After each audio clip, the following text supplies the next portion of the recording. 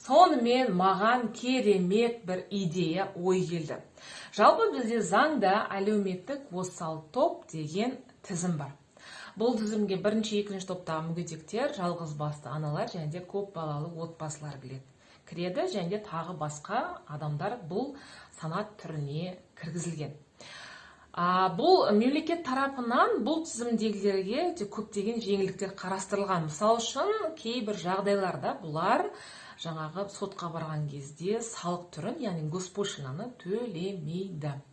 Сондай-ақ енді ойланып отырмын. Жеке сот орындаушылардың да ақысын төлеуден бұл тізімдегілерді босатсақ қалай болады екен деп.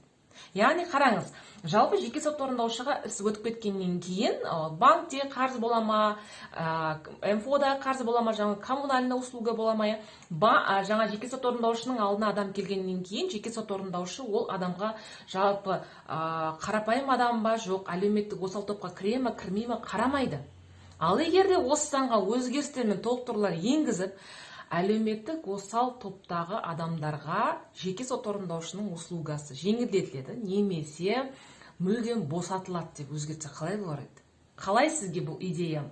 Егер келісетін болсаңыз, міндетті түрде төменде комментарийге жазып кетіңіздер.